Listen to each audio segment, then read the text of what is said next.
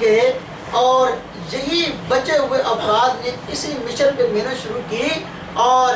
ایک مستقل جو ہے ایسا عقیدہ جو کہ اسلام کے اندر جس کی بالکل گنجائش نہیں تھی وہ مسلمانوں میں جو ہے رائج کرنے کی کوشش کی، اور وہ عقیدہ تھا عقیدہ امامت کہ امامت بھی ایک بہت بڑا منصب ہے، جس طرح جو ہے توحید پر ایمان لانا ضروری ہے اور نبیوں اور رسولوں کی نبوت اور رسالت پر ایمان لانا ضروری ہے، تو اس طرح عقیدہ امامت پر بھی ایمان لانا ضروری ہے۔ اور آپ صلی اللہ علیہ وسلم کے بعد امام جو ہے وہ بلا فصل جو ہوئے ہیں وہ حضرت علی ہوئے ہیں، تو اس طرح یہ عقیدہ کھڑا کیا گیا اور پھر یہ عقیدہ امامت ہی ان شیعہ حضرات کی بدبختی کا اور آپس میں اختلاف کا جو ہے یہ ذریعہ بن گیا، اور ان کے اتنے فرقے بن گئے کہ جن کی تعداد کوئی آدمی حتمی طور پر گن کے نہیں بتا سکتا کہ کتنے فرقے شیعہ امامت پر۔ اس نے کہا کہ فلاں کے بعد فلاں امام، اس نے کہا فلاں کے بعد فلاں امام۔ مثلاً جو ہے حضرت حسین رضی اللہ تعالیٰ عنہ کے متعلق کہتے ہیں کہ حضرت حسین رضی اللہ عنہ کے پوتے تھے حضرت زین العابدین کے بیٹے حضرت زید، ان کے متعلق بعض رات نے کہا کہ وہ امام ہیں، بعض رات نے اس کا انکار کیا کہ نہیں جو ہے وہ تو نہیں امام بلکہ امام وقت جو ہیں وہ حضرت محمد باقر ہیں وہ ہیں۔ اس طرح ان میں اختلاف ہو گیا۔ بعض حضرات نے اور کا بھی نام لیا جنہوں نے حضرت زید کے بارے میں کہا کہ یہ امام وقت ہیں تو وہ فرقہ زیدیہ بن گیا، اور جنہوں نے اور دوسرے کا جو ہے موقف اپنایا تو وہ آگے شیعہ خارج کے نام میں چلتے رہے، اور حضرت زید نے ان کو یہ حضرات حضرت علی رضی اللہ تعالیٰ عنہ کی تعظیم کے اندر غلوف کرتے تھے، اور اصحاب ثلاثہ یعنی بڑے ہمارے جو تینوں صحابہ حضرت ابوبکر صدیق، حضرت عمر اور حضرت عثمان رضی اللہ تعالیٰ عنہ کے متعلق یہ حضرات گندی زبان استعمال کرتے ہیں۔ حضرت زید نے ان کو بڑا سمجھایا لیکن یہ نہیں سمجھے، بڑوں کی بات بھی انہوں نے نہیں مانی، تو حضرت زید نے خود فرمایا کہ رفضونا فہو روافض، کہ یہ ہمیں چھوڑ گئے اور یہ چھوڑنے والے ہیں۔ مطلب یہ ہے کہ جب انہوں نے ہمارے موقف کو میری بات کو چھوڑ دیا، میں کہتا ہوں کہ اہل بیت کی شان میں غلو نہ کرو، لیکن انہوں نے اس بات کو نہیں چھوڑا اور غلو کرتے رہے اور حد سے بڑھ گئے، تو یہ فرقہ بعد میں پہلے شیعہ کے نام سے معروف تھا، پھر روافض کے نام سے مشہور ہو گیا، چونکہ حضرت زید نے ان کے نام کے ساتھ جو ہے روافض کا لفظ بولا تھا، اور روافض رافضی کی جمع، رافضی کا مطلب چھوڑنے والا، چونکہ انہوں نے بھی اہل بیت کو موقف کو چھوڑ دیا، ان سے محبت کا دعویٰ کر کے جو ہے وہ غلط عقائد اپنا لیے، ان کو روافض کہا جاتا ہے۔ شیعہ اور رافضی میں بہت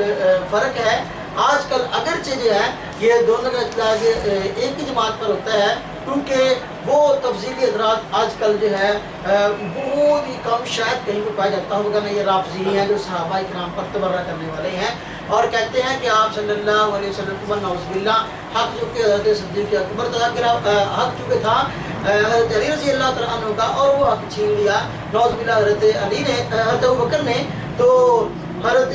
علی رضی اللہ تعالیٰ عنہ کا حق چھیننے کی وجہ سے ابوبکر نعوذ باللہ جو ہے اسلام سے نکل گئے کہ نعوذ باللہ کافر ہو گئے، تو سب صحابہ ان کے ہاتھ بیعت کی، نعوذ باللہ کافر ہو گئے، اس طرح کی بات انہوں نے جو ہے یہ کہنی شروع کی۔ تو پھر یہی فرقہ آگے چلا، تو حضرت جعفر صادق جو تھے ان کے دو بیٹے تھے،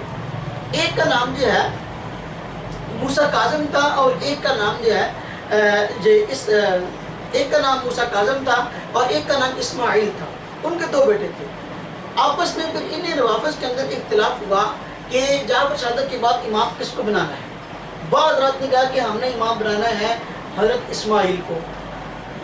انہوں نے ان کو امام مان لیا، اس لیے وہ اسماعیلی کہلایا اور انہوں نے اپنا نام اسماعیلی رکھ لیا، اور جنہوں نے موسیٰ کاظم کو امام مان لیا وہ موسوی کہلاتے۔ آج کل کے جو شیعہ ہیں جو عام ہمیں ملتے ہیں تو وہ اپنے نام کے ساتھ موسوی لکھتے ہیں، اپنے نام کے ساتھ موسوی لکھنے کی وجہ یہی ہے، خمینی اپنے نام کے ساتھ الموسوی لکھتا ہے، اس طرح ہمارے عام شیعہ اپنے نام کے ساتھ الموسوی لکھتے ہیں۔ الموسوی لکھنے کی وجہ یہی ہے کہ وہ اسماعیلیوں کو اپنے سے الگ کرنا چاہتے ہیں، اپنی پہچان کرنا چاہتے ہیں کہ ہم حضرت موسیٰ کاظم کو جو ہے اپنا امام مانتے ہیں، اور یہ حضرات جو ہے انہوں نے آتا سٹاف کر دیا 12 اماموں پر، اور انہوں نے کہا کہ امام صرف دنیا میں 12 ہی ہوں گے، 12 سے علاوہ امام کوئی نہیں ہوگا، حضرت حسن عسکری 11ویں امام کہتے ہیں ان کی اولاد میں ایک بیٹے ہیں جو کہ چھپ کے بیٹھے ہوئے امام مہدی ہیں اور وہ قیامت کے قریب آئیں گے اور ابھی حالات کا انتظار کر رہے ہیں تو وہ کہیں غار میں چھپے بیٹھے ہیں تو وہ قیامت تک تو نہیں آئیں گے، یہ جھوٹ ہے، کوئی نہیں چھپا ہوا۔ حضرت امام مہدی جن کے آنے کی خبر آپ صلی اللہ علیہ وسلم نے دی ہے وہ مدینہ طیبہ میں پیدا ہوں گے اور پیدا ہونے کے بعد وہیں جوان ہوں گے اور ان کے تفصیلی حالات جو ہے وہ ملتے ہیں اور بیت اللہ کا طواف کر رہے ہوں گے، وہاں ان کو سب سے پہلے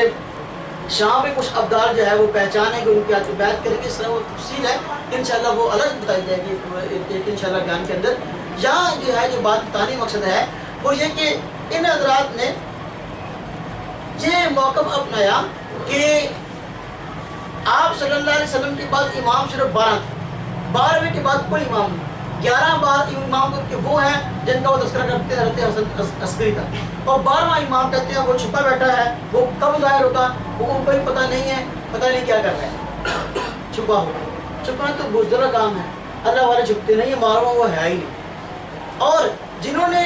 اسماعیل کو جو ہے اپنا امام مانا وہ اسماعیلی کہلائے، اور یہ اسماعیلی آگے چل کر جو ہے یہ 2 گروہوں میں بٹ گئے۔ یہ مستنصر انہی خاندان کے افراد میں سے ایک آدمی ہوئے مستنصر کے نام سے، ان کے 2 بیٹے تھے، ایک کا نام نزار تھا اور ایک کا نام جو ہے یہ مستعلہ تھا۔ نزار شیعہ پھر 2 فرقوں میں بٹ گئے، ایک نے کہا کہ ہم نزار کو امام مانتے ہیں، دوسرے نے کہا کہ نہیں ہم مستعلہ کو اپنا امام مانتے ہیں۔ جنہوں نے نزار کو اپنا امام مانا وہ انہوں نے اپنا نزاری رکھ لیا نام، وہ نزاری کہلائے، اور جنہوں نے اپنا امام جو ہے مستعلہ کو مان لیا وہ مستعلویہ کہلائے۔ کون کہلائے؟ مستعلویہ۔ اور پھر امامت ان کے اندر کہتی ہیں مسلسل چل رہی ہے، یہ جو نزاری اور مستعلوی ہیں میں ان کا تعارف کرواتا ہوں، آپ جلدی سمجھائیں گے کون آج کے دور میں۔ مستعلویہ اور یہ نزاری، ان کے یہ پرانے نام ہیں، ان کی جدید نام ہے آغا خانی اور بورا جماعت۔ کیا نام ہے؟ آغا خانی اور آغا خانی کا نام سنیں؟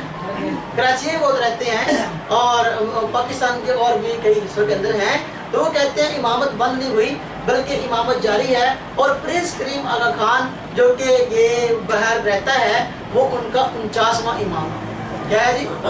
49واں امام، تو اس کو 49 نمبر امام مانتے ہیں، اور کلمہ جب پڑھتے ہیں تو ساتھ وہ کہتے ہیں لا الہ الا محمد رسول اللہ کے ساتھ علی اللہ، وہ کہتے ہیں علی اللہ ہے۔ یہ انتہائی غالبی گروپ ہوئی عبداللہ ابن سبا جبدی والا، تو یہ کہتے ہیں کہ علی اللہ ہے، اور وہ کہتے ہیں علی سے مراد ہمارا امام وقت ہے، خود ان کے اپنی کتب میں لکھا ہے،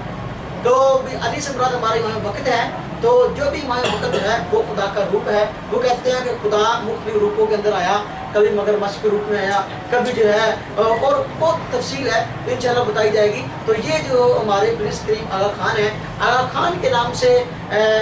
تقریباً 4 آدمی ہوئے ہیں یہ پرنس کریم کے خاندان سے۔ اس کا پہلا ایک آغا خان اول ہے، ایک دوم ہے، ایک سوم ہے، اس کا باپ آغا خان سوم تھا، اس کا دادا آغا خان دوم تھا، اس کا پردادا آغا خان اول تھا، اور یہ آغا خان 4 میں۔ تو اس طرح ان کا سلسلہ چلا۔ وہ جو مستعلویہ تھے وہ آج کے دور میں بوہرا جماعت کے ساتھ تعلق رکھتے ہیں اور اپنے آپ کو بوہری کہتے ہیں، اور ان کی وضع قطع جو ہے آپ نے اگر دیکھنی ہو تو ان کی وضع قطع